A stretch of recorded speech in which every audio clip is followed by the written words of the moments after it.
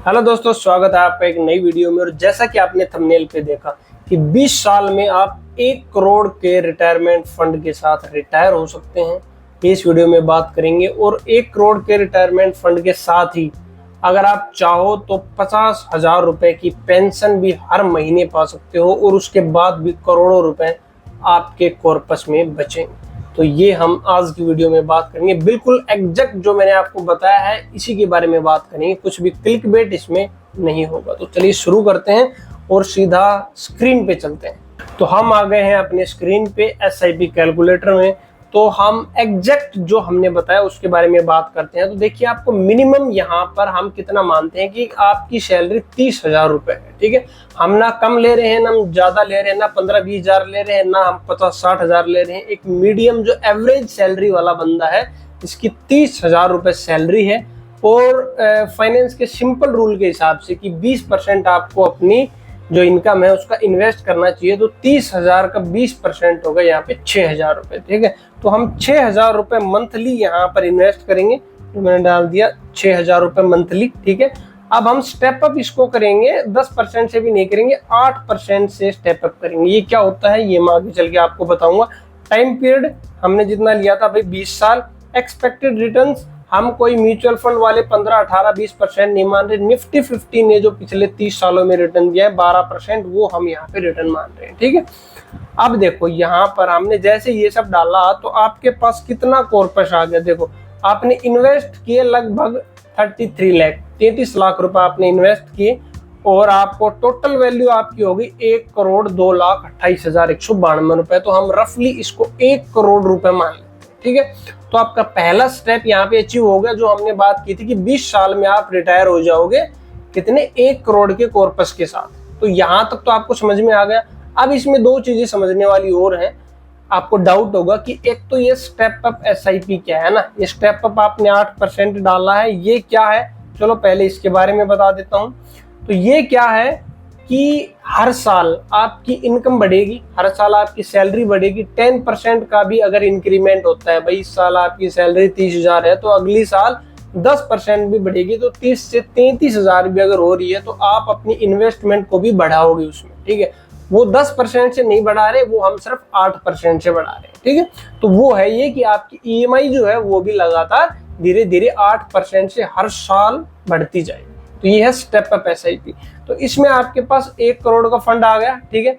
अब इससे आप पेंशन कैसे ले सकते हो और आपका जो कॉर्पस रहेगा वो बढ़ेगा कैसे, अब उसके बारे में बात करते हैं, ठीक है। तो इसके लिए हम चलते हैं भाई SWP कैलकुलेटर में, ठीक है, सिस्टमेटिक विड्रॉवल प्लान।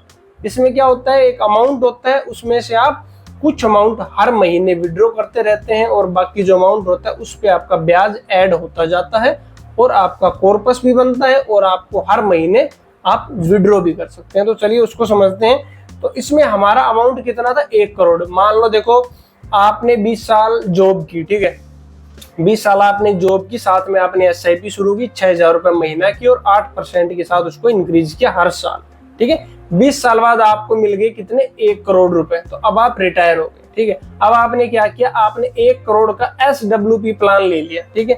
तो SWP में क्या होगा, हमने यहाँ पे 1 करोड़ डाल दिया, ठीक है।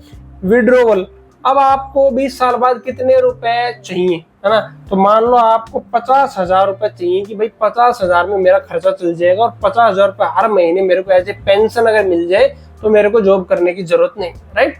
तो हमने यहाँ पे डाल दिया 50,000। एक्सपेक्टेड रिटर्न्स के बारे में बात करें तो हम अभी 12% लेके चल रहे थे, तो चलो हम 10% ही अज्यूम कर लेते हैं, 2% हमने और कम कर दिए यहाँ पे, ठीक है। अब कितने साल तक, मान लो आपको 30 साल तक पेंशन चाहिए कि अगले 30 साल तक आपको हर महीने 50,000 रुपए मिलते रहे, क्योंकि नॉर्मली 20-22 साल की उम्र में आदमी नौकरी शुरू करता है।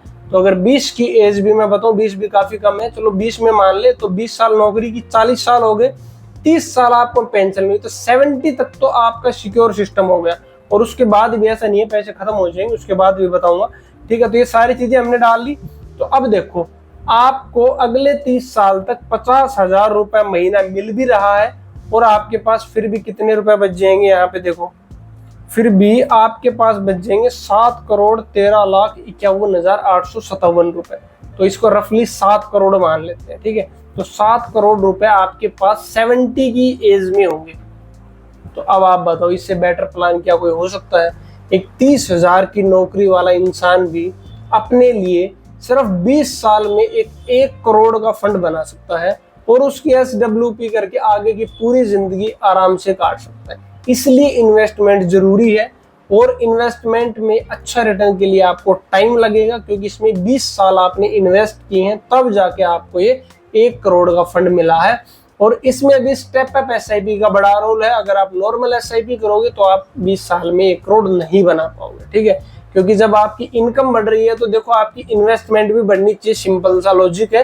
तो अगर आपने अभी तक इन्वेस्टमेंट शुरू नहीं किया मेरे भाई, शुरू करो। म्यूचुअल फंड्स में SIP अपनी शुरू करो। अपनी इनकम का 20% स्टार्ट करो, चाहे आपकी सैलरी 5,000 है, चाहे आपकी सैलरी 50,000 है या फिर 5 लाख है। 20% से शुरुआत करो, धीरे धीरे उसको बढ़ाते जाओ। आज आपको पता नहीं चलेगा, लेकिन आने वाले 15 से 20 साल के बाद आपके पास एक अच्छा खासा कॉर्पस होगा जो आपके आगे की जिंदगी को आसान बनाएगा, ठीक है। डीमैट अकाउंट नहीं है तो डिस्क्रिप्शन में लिंक है, जाओ फटाफट फ्री में अपने डीमैट अकाउंट ओपन करो।